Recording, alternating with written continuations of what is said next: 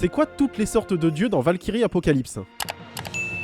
Les plus répandus sont les dieux classiques, donc la plupart des participants au Ragnarok, et même des personnages dans le public. Ils sont en moyenne plus puissants que les humains, et ne peuvent pas être blessés par des armes humaines. A noter qu'un humain peut devenir un dieu, comme par exemple Bouddha ou Jésus. Au-dessus, il y a les dieux majeurs, c'est souvent les dieux les plus haut gradés de leur panthéon. Ceux qu'on connaît sont Zeus, Hadès, Odin, Shiva, Anubis et Izanagi. Ils sont d'ailleurs les seuls à pouvoir faire l'aller-retour du Valhalla à l'enfer depuis que Nostradamus a détruit le Bifrost. Ensuite, c'est les demi-dieux. Ce sont soit des humains qui ont gagné les pouvoirs d'un dieu, comme par exemple Héraclès, soit des êtres nés de l'union entre une humaine et un dieu, comme Siegfried ou Cuchulainn. Du coup, pourquoi Bouddha c'est pas un demi-dieu? Je sais pas. Ensuite, il y a les démons, pas spécialement différents des dieux dans leurs caractéristiques, à part qu'ils semblent originaires de Helheim. On les a essentiellement vus dans des flashbacks, le seul participant démon est Adjun, Belzébuth étant considéré comme un dieu et non un démon. La catégorie pour l'instant la plus mystérieuse, ce sont les dieux primordiaux, des dieux plus anciens et plus puissants que tous ceux qu'on a vus juste avant, tellement qu'ils se sont autodétruits sous leur propre puissance.